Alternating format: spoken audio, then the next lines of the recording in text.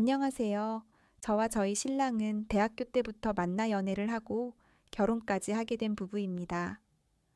신랑과 저는 전공은 달랐지만 공통의 지인을 통해 소개를 받았고 처음 만났을 때부터 이상하게도 낯설지가 않더라고요. 비슷한 또래, 비슷한 관심사, 비슷한 말투, 그런 사소한 공통점들이 쌓이면서 우리는 자연스럽게 가까워졌고 오래 만난 커플들이 흔히 겪는 것처럼 다툼도 많았고 심지어 몇 번의 이별도 있었습니다. 하지만 시간이 지나면서 알게 되었죠. 서로를 떠나 있는 동안에도 계속해서 그 사람이 생각난다는 건 단순한 집착이나 습관이 아니라 정말 나와 맞는 사람이기 때문이라는 걸요. 그래서 결혼을 결심하게 되었어요. 무엇보다 제가 신랑을 믿었던 가장 큰 이유는 책임감 오비리밥이었습니다. 그 사람은 자기 말에 대한 책임을 지는 사람이었고 주변 사람들을 배려할 줄 아는 사람이었습니다. 이런 사람이면 가정을 지키는 남편이 되어주겠지 하는 믿음이 있었죠. 그렇게 예식장을 잡고 혼수며 예물이며 하나하나 정리해가며 결혼 준비를 해나갔습니다. 어렵고 바쁜 와중에도 늘 차분하게 중심을 잡아주는 신랑 덕분에 저는 그때까지만 해도 참 든든했어요. 그런데 결혼한 지 2년도 채 되지 않아 저희 부부 사이에 균열이 생기기 시작했습니다. 저희 친정 부모님은 두 분 다 경제 활동을 하시며 외곽 지역에서 전원 생활을 하십니다. 평소에도 자식들에게 간섭하지 않으시고 오히려 저희 부부가 불편할까봐 늘 조심해 주시는 분들이에요. 결혼 이후로도 한 달에 한 번 짧게 얼굴이나 뵙고 오는 정도로 거리를 유지하며 지냈습니다. 그에 반해 시댁 쪽은 상황이 달랐습니다. 신랑의 부모님은 신랑이 고등학생이던 시절에 이혼하셨고 그 이후로는 각각 따로 지내고 계셨습니다. 보통 이혼을 하면 엄마 쪽에서 자녀를 키우는 경우가 많지만 신랑은 아버님과 함께 지냈다고 하더라고요. 그 이유가 뭐였냐면 시어머님께선 당시 생계 유지가 어려운 상황이라 신랑을 양육할 여력이 없었고 자연스럽게 아버님이 아이를 맡게 되셨다고 합니다. 그래서 그런지 신랑과 아버님 사이의 유대감은 저희가 상상하는 것보다 훨씬 깊고 특별했어요. 결혼 준비 당시에도 신랑은 아버님 이야기를 자주 했습니다. 우리 아버지랑은 같이 살아야 할 것 같아. 평생 혼자 사셨는데 나까지 떨어져 살면 너무 외로우실 것 같아. 그 말에 저는 내심 불안했지만 겉으로는 그래, 당신 마음 이해해 라며 넘어갔죠. 실제로 그렇게 될 거라고는 생각하지 않았거든요. 하지만 결혼 후 몇 달이 지나고 나서 시아버님의 행동에서 저는 조금씩 불편함을 느끼기 시작했습니다. 처음엔 자주 오는 정도였는데 어느 순간부터는 아예 주말마다 들르시고 급기야 이 집 방 하나 비니까 내가 좀 살아도 되지 않냐? 는 말씀까지 하시더라고요. 문제는 그것뿐이 아니었습니다. 제가 뭘 해도 마음에 안 드시는 눈치였고 은근슬쩍 지적하는 말투며 우리 집 며느리는 이래야 한다. 는 식의 잣대를 들이대는 게 반복됐습니다. 처음엔 웃으며 넘겼지만 시간이 갈수록 제 감정은 한계에 다다랐습니다. 제가 혼자 참는 것도 한두 번이지. 신랑에게 이야기를 해도 처음엔 아버지가 좀 옛날 분이라 그렇다며 별일 아닌 듯 넘기는 태도에 저는 배신감마저 들었어요. 책임감 있는 사람이라고 믿었던 그 사람은 정작 저와 아버님 사이에서 나 몰라라 하는 사람처럼 보이기 시작했습니다. 이때부터 저는 결혼이라는 게 둘만의 문제가 아니라는 걸 온몸으로 실감했습니다. 신랑을 사랑해서 결혼을 했지만 시아버님의 그림자까지 끌어안고 살아야 한다는 현실이 너무 숨 막혔습니다. 그저 가정을 지키려다 보니 정작 제 자신은 하루하루 지쳐가고 있었던 거죠. 결혼하고 나서 시댁에 가면 늘 그랬습니다. 시아버님, 신랑, 그리고 저 단 세 사람뿐인데도 그 집 아는 말로 표현하기 힘들 정도로 적막하고 무거운 공기가 감돌았습니다. 말수가 적은 시아버님은 텔레비전만 켜두고 무표정하게 앉아 계셨고 신랑도 마치 그 분위기에 익숙한 사람처럼 조용히 앉아 있었죠. 처음엔 어색한 탓이려니 했습니다. 결혼 초 며느리로 처음 인사드리는 자리가니 긴장감도 있을 테니까요. 그런데 시간이 지나도 분위기는 달라지지 않았습니다. 심지어 제가 식사 준비를 하겠다며 주방으로 들어가면 그때부터 시아버님은 어느새 입을 열기 시작하셨어요. 마치 그동안 벼르고 있었던 사람처럼요. 아, 며느라, 저 국그릇은 따로 씻어야 해. 저건 지난번에 된장국 담았던 거라 양념이 눌어붙었을 거야. 물컵도 한 번씩 다 씻어줘. 요즘 먼지가 많아서. 냉장고 아래쪽은 김치물이 샌 거 같은데 그거 오늘 말고 언제 닦으려고 그래?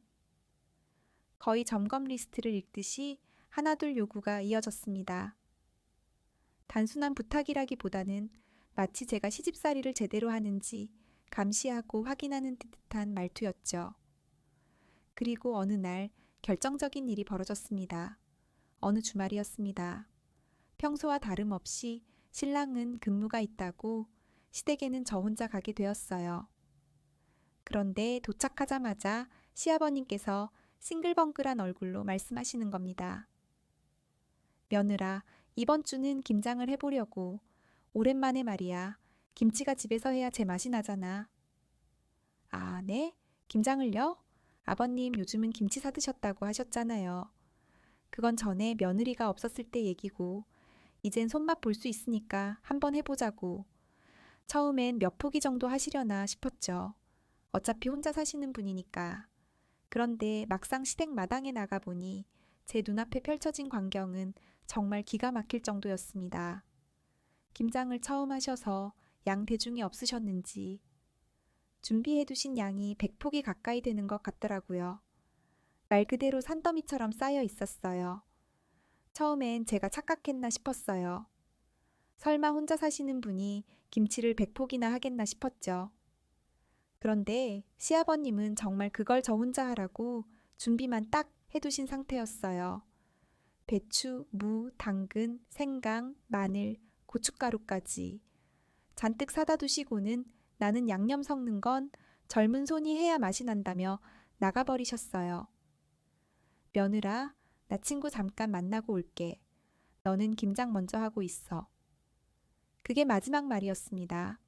그렇게 아침에 도착해서 고무장갑 끼고 시작한 김장은 해가 지도록 끝이 나질 않았어요. 절인 배추를 헹구고 물기를 짜고 양념을 만들고 배추 사이사이에 골고루 버무리는 게 얼마나 손이 많이 가는 일인지 그날 제대로 알게 됐죠. 게다가 무릎은 아프고 허리는 끊어질 것 같고 점심도 못 챙겨 먹고 계속 주물럭거리다 보니 저녁 6시가 다 돼서야 겨우 손을 놓을 수 있었습니다. 그때까지 시아버님은 연락도 없으셨고 결국 제가 먼저 전화를 걸었습니다. 아버님, 저 김장 다 했어요. 지금 집 가봐야 해서요. 그래? 그럼 그냥 가도 돼. 수고했어. 그 말 한마디, 그 많은 김장을 혼자 하고 땀으로 범벅이 된 제게 돌아온 건 그 짧은 전화 한 통이 전부였습니다. 집에 돌아온 저는 그날 밤부터 몸살이 나서 이불 속에서 3일을 꼬박 누워 있었어요. 온몸에 근육통에 열까지 나고 손목은 부어오르고 도저히 밥도 못할 지경이었죠. 신랑은 퇴근하고 죽을 싸와서는 제 상태를 보고는 놀란 얼굴로 말했어요. 여보, 이거 다 혼자 한 거야? 아버지 안 도와주셨어. 말도 마. 아버님이 친구 잠깐 보고 온다고 하시더니 그 이후로 쭉 안 오셨어. 와, 진짜 대단하다. 100포기 가까이 되는 거 혼자 다 했다니. 죽이라도 먹자. 힘 좀 나게. 그 말을 듣고 조금 위안이 되려던 찰나 신랑이 무심하게 덧붙인 말에 저는 다시 얼어붙고 말았어요. 근데 그날 아버지 집에 고모들 오셨다고 들었어. 수육이랑 같이 김치 먹고 조금씩 싸가셨다고 하더라. 뭐라고? 응, 아버지가 직접 얘기하셨어. 김장 잘 됐다고, 고모들이랑 오랜만에 모여서 맛있게 먹었다고. 그 말을 듣는 순간 손에 들고 있던 숟가락을 놓을 수밖에 없었습니다. 제가 고생해서 만든 김치를 그걸로 수육까지 곁들여서 고모님들과 함께 잔치를 벌였다는 거잖아요. 심지어 저는 아픈 몸으로 홀로 돌아와 침대에 누워 있었는데 그쪽에서는 파티를 열고 김치를 나눠 가졌다는 이야기. 정말 치가 떨렸습니다. 그 순간 제가 시댁에서 어떤 존재였는지 정확히 알겠더군요. 그냥 쏜이었던 거예요. 사람 대 사람으로 대하는 게 아니라 김치 담그는 도구, 심부름하는 존재, 그 이상도 이하도 아닌 그런 존재요. 심지어 그런 사실도 숨긴 채 당연하다는 듯 행동하는 모습에 더는 참을 수 없었어요. 그날 이후 저는 결심했어요. 다시는 그런 일을 겪지 않겠다고. 아무리 가족이라지만 나를 사람 취급하지 않는 곳에 더 이상 내가 진심을 내어줄 필요는 없다고요. 그 일이 제게는 분명한 계기였습니다. 아무리 결혼했어도 며느리라는 이름 하나로 모든 것을 감내해야 할 의무는 없다는 사실을 그제야 뼈저리게 깨달았습니다. 결혼 초반에는 이런 식의 시집살이들이 반복됐고 제가 다른 것보다 정말 견디기 어려웠던 건 시아버님의 가부장적인 사고방식이었습니다. 시댁에 주말마다 방문해 식사를 함께하는 일이 잦았는데 그때마다 꼭 밥상을 차리는 건 제 몫이었어요. 제가 반찬을 서너 가지 하면 이게 다냐며 투덜거리시고 반찬을 한 상 차리면 또 소문난 잔치에 먹을 게 없다며 허수음치며 젓가락으로 반찬을 뒤적이세요. 정말 말 한마디라도 따뜻하게 하시면 덜 억울할 텐데 많든 적든 꼭 한마디씩은 해야 속이 풀리시는지 심지어 고기 반찬 외엔 거의 드시지도 않으시면서 말이죠. 근데도 제가 굳이 반찬을 다양하게 하려는 이유는 그 투덜거리는 소리 듣기 싫어서입니다. 아무리 해도 끝이 없다는 걸 알면서도 또 시작되는 그 잔소리에 마음 상할 뺀 차라리 내가 더 고생하자. 그게 제 초반 결혼 생활이었어요. 더 어이없는 건 밥을 먹으며 늘 하시는 그 말. 바깥이라는 사람은 잘 챙겨줘야 해. 아침에 국이라도 끓여줘야 목이 넘지. 문제는요, 저희 부부 맞벌이예요. 신랑은 주말 근무가 있긴 하지만 전체 수입은 고만고만합니다. 그런데도 늘 바깥일 하는 신랑을 챙기라는 말만 하세요. 정작 제가 매일 새벽 같이 일어나 화장도 대충 하고 출근 준비할 때 제 밥은커녕 물 한 모금 챙겨 먹을 겨를도 없는 저를 생각하는 말은 단 한마디도 없었습니다. 그런데요, 진짜 제가 견디기 어려웠던 건 그분의 말투나 성격, 사고방식이 아니라 행동에서 드러나는 껄끄럽고 불쾌한 기운이었습니다. 그분은 늘 자신을 외로운 호랍이라고 말해요. 농담인 듯 진담인 듯 제 앞에서요. 신랑이 없는 자리에서만. 진짜 짜증이 치밀어 오르는 건 꼭 저랑 단둘이 있을 때만 그런 이상한 말을 꺼낸다는 겁니다. 우리 아들도 장가가고 지혜미는 재혼하고 나만 낙동강 오리알이네. 무슨 말씀을 그렇게 하세요. 그이가 아버님 얼마나 생각하는데요. 그래봤자 다 소용없어. 요즘 밤이 얼마나 긴 줄 아니? 요즘 겨울이라. 아니 그게 아니라 밤이 외롭다 이거야. 좋은 건 너네만 하고 나는 뭐 생각도 안 나디? 네? 어디 괜찮은 아줌마 없어. 내가 이래봬도 힘 좋거든. 좀 어린 아줌마로. 아버님 장난이 심하세요. 내가 너한텐 말하지 누구한테 말하냐. 아들한텐 말도 못해. 살집은 우리 며느리처럼 통통한 여자가 좋더라. 보기 좋아. 이게 과연 장난인가요? 아니, 그날 저는 웃을 수도 없고 대답도 못하고 입을 다물 수밖에 없었어요. 그런 말을 아무렇지 않게 남편도 없는 자리에서 뱉는 사람과 같은 공간에 있다는 게 너무나 끔찍했습니다. 신랑한테 말했어요. 그랬더니 믿질 않아요. 설마 아버지가 그랬겠냐, 농담을 곧이곧대로 듣냐면서 저를 예민하다고 몰아갑니다. 한두 번이 아니었어요. 그래서 저는 일부러 혼자 시댁 가는 일을 피하게 됐습니다. 꼭 신랑이랑 같이 움직였고 같이 있을 때만 대화를 하려고 했어요. 그런데도 설거지를 하고 있거나 음식 준비를 하고 있으면 슬쩍 다가와요. 그리고 조심스럽다는 듯 웃으며 묻습니다. 요즘 아줌마들은 뭐 없어? 며느라, 너네 동네는 괜찮은 사람들 많을 것 같은데. 없어요. 전 그런 거 잘 몰라요. 그냥 물어보는 거지. 내가 이제 나이 들면 기댈 데가 없잖아. 젊은 사람들 부럽다, 야. 전 그 말을 들을 때마다 속이 뒤집어졌어요. 누군가에게 말하자니 남편은 듣지도 않고 시댁엔 더 말 못하고 친구들에게는 창피하고 어디에도 털어놓을 곳이 없는 그 말들. 저는 혼자서 계속 꾹꾹 눌러 삼키고 있었던 겁니다. 그 불쾌한 말들이 몸에 새겨지듯 남아 있었고 시댁이라는 단어만 들어도 숨이 턱 막히는 날들이 시작됐죠. 이런 시아버님과 제가 어떻게 같은 집에서 살 수 있겠어요? 말로는 설명이 안 되는 불쾌감. 그 껄끄러움은 시간이 갈수록 누적되었고 신랑에게 말해도 제대로 믿어주질 않으니 더 막막했습니다. 아버지가 설마 하면서 마치 제가 예민한 사람처럼 몰아붙이기 일쑤였죠. 그러다 문득 이런 생각이 들더라고요. 혹시라도 나중에 정말 이혼을 하게 되는 날이 오면? 이대로 가다간 제 말은 그저 감정 과장이나 오해 정도로 치부될 수 있겠구나. 그래서 저는 어느 순간부터 시댁에 갈 때마다 조심스럽게 휴대폰을 음성 녹음 모드로 바꾸기 시작했습니다.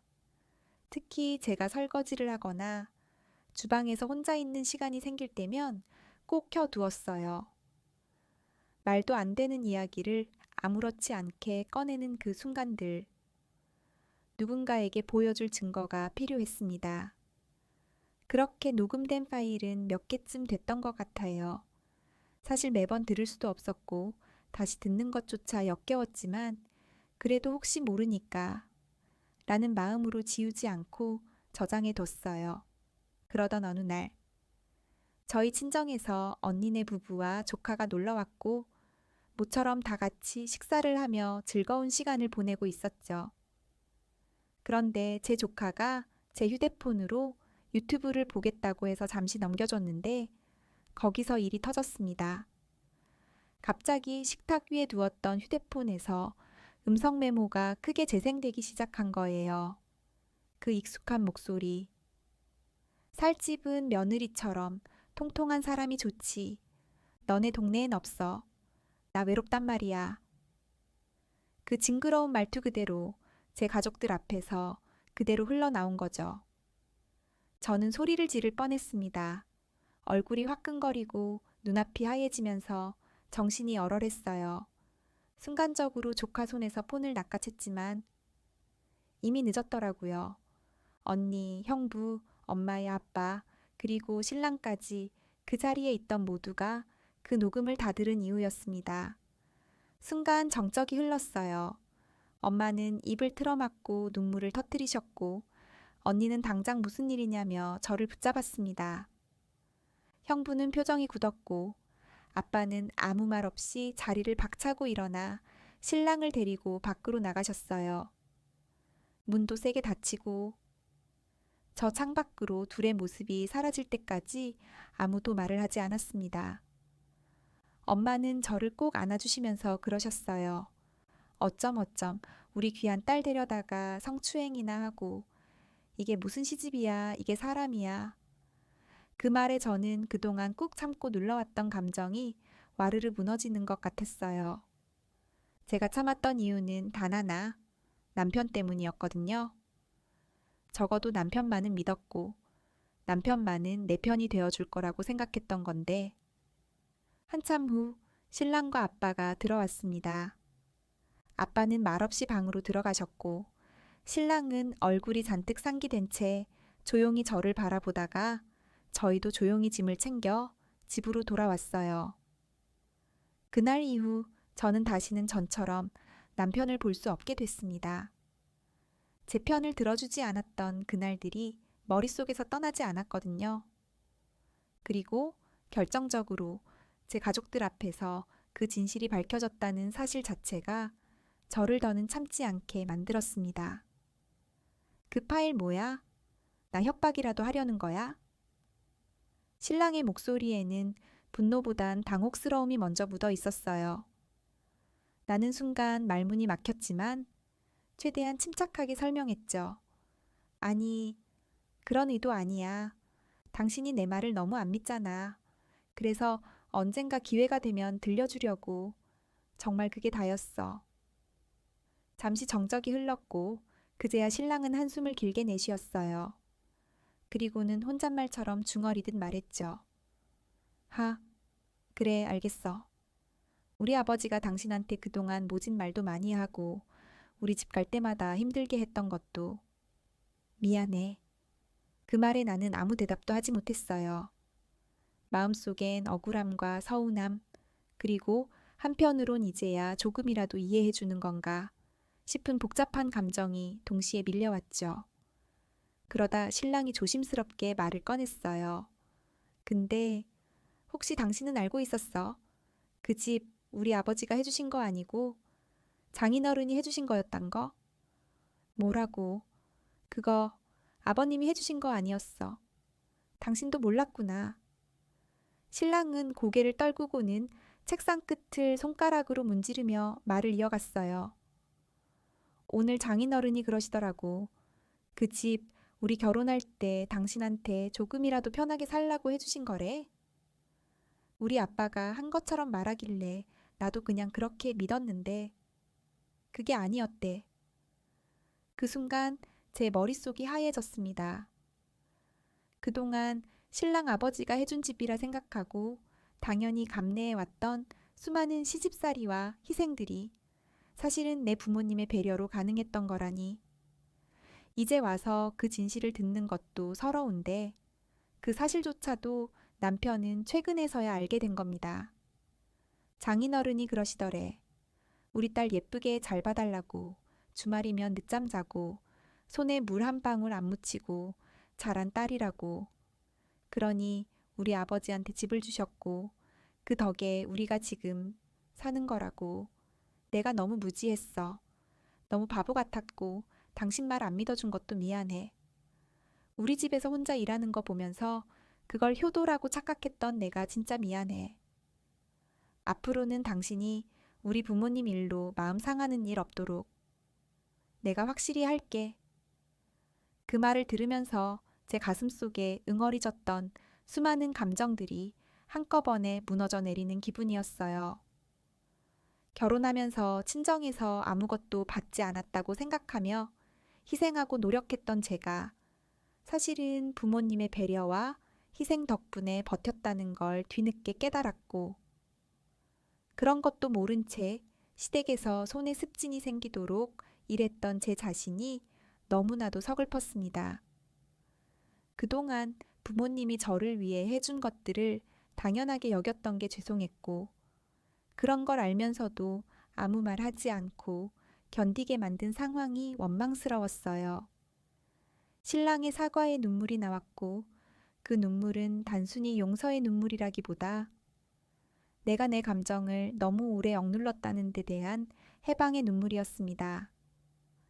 그날 저녁 조용한 거실, 신랑은 식탁에 앉아 조용히 휴대폰을 쥐고 있었습니다. 그 손 안에는 낮에 모두가 들었던 녹음 파일이 재생되고 있었어요.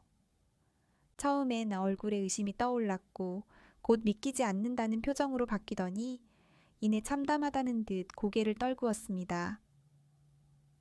진짜였구나. 그가 작게 내뱉은 말이었어요. 그동안 내가 미쳤었나 봐. 당신이 그렇게 말해도 설마 우리 아버지가 하고 넘겼는데 이건 변명조차 못하겠다. 그는 천천히 자리에서 일어나더니 무겁게 코트를 챙겼습니다. 어디가? 아버지 댁? 나 지금 당장 가야겠어. 이건 그냥 넘길 문제가 아냐? 저는 말렸어요. 감정이 격한 상태에서 가면 다툼이 생길까 걱정돼서요. 하지만 신랑의 눈빛은 단호했고 입술은 굳게 다물려 있었죠. 잠시 후 시아버지 집. 문을 열고 들어가자 아버님은 반가운 얼굴로 신랑을 맞이했습니다. 어이, 웬일이냐? 일찍 왔네? 지금 장난하십니까? 신랑은 대뜸 목소리를 높이며 폰을 꺼내 녹음 파일을 재생했습니다. 우리 며느리처럼 통통한 아줌마 없냐? 내가 힘은 좋아. 그게 뭐냐? 누가 장난삼아? 지금 이게 장난입니까? 이게 장난으로 들려요? 당신이 우리 집에서 내 아내한테 한 말들 난 다 들었어요. 순식간에 분위기는 얼어붙었습니다. 시아버지는 당황해서 웃음을 띠며 말했죠. 야야, 그거야 그냥 농담이지. 사는 게 팍팍하니까 말 좀 편하게 한 건데 뭘 그렇게. 그만하세요. 당신 말 한마디 한마디가 누군가에겐 성희롱이고 모욕이고 정신적인 고문이었어요. 내가 너 키우느라 얼마나 고생했는데 이게 나한테 할 말이냐? 그 고생 내가 모르지 않아요. 하지만 그게 이런 짓의 면죄부는 안 됩니다. 신랑은 눈을 부릅뜨고 더는 흔들리지 않았습니다. 오늘부로 아버지와의 관계는 여기서 끝입니다. 앞으로 우리 가정사의 일절 관여하지 마세요. 전화도 하지 마시고 집에도 오지 마세요. 제 아내와 제 아이에게 더는 해가 되지 않게 하세요. 아니면 제가 가만히 있지 않을 겁니다. 야, 너 지금 아버지한테? 아버지 아닙니다. 앞으로 그렇게 부르지 않겠습니다. 그 말에 시아버지의 얼굴이 하얗게 질렸고 신랑은 돌아서며 마지막 말을 남겼습니다. 제 인생에서 당신은 더 이상 존재하지 않습니다. 문이 쿵 하고 닫혔고 신랑은 다시는 그 집을 돌아보지 않았습니다. 차 안에서 그는 조용히 눈물을 훔치며 말했어요. 이제라도 당신 믿어서 다행이야. 너무 늦게 알아서 미안해. 정말 미안해. 저도 그 순간 울컥해서 눈물이 났어요. 모든 게 망가져버린 듯 했지만 그날 이후 처음으로 진심 어린 보호를 받는 기분이 들었어요. 마침내 나보다 나를 위하는 남편을 느낄 수 있었습니다. 그리고 지난 겨울 시장에서 우연히 시아버지를 봤습니다. 낡은 코트에 털모자 하나 눌러쓰고 허름한 종이 봉투에 1,000원짜리 삼각김밥을 몇 개 담고 계셨습니다. 등은 굽어 있었고 구두는 떨어졌으며 옷에선 퀴퀴한 냄새가 났습니다. 절대 가까이 가지 않았습니다. 저를 못 알아보길 바라며 그냥 지나쳤습니다. 하지만 한참을 걷다 돌아보니 그는 아직도 거기 서 있더군요. 삼각김밥 하나 꺼내어 벤치에 앉아 먹고 있었습니다. 바로 옆에 아이 손잡고 붕어빵 사는 젊은 부부가 있었는데 그걸 물끄러미 바라보고만 계셨습니다. 저는 아무 말도 하지 않고 돌아섰습니다. 모든 건 결국 돌고 도는 법이니까요. 그때 그가 나에게 했던 말처럼 요즘 밤이 외롭다고요. 이젠 정말 혼자일 테니까요.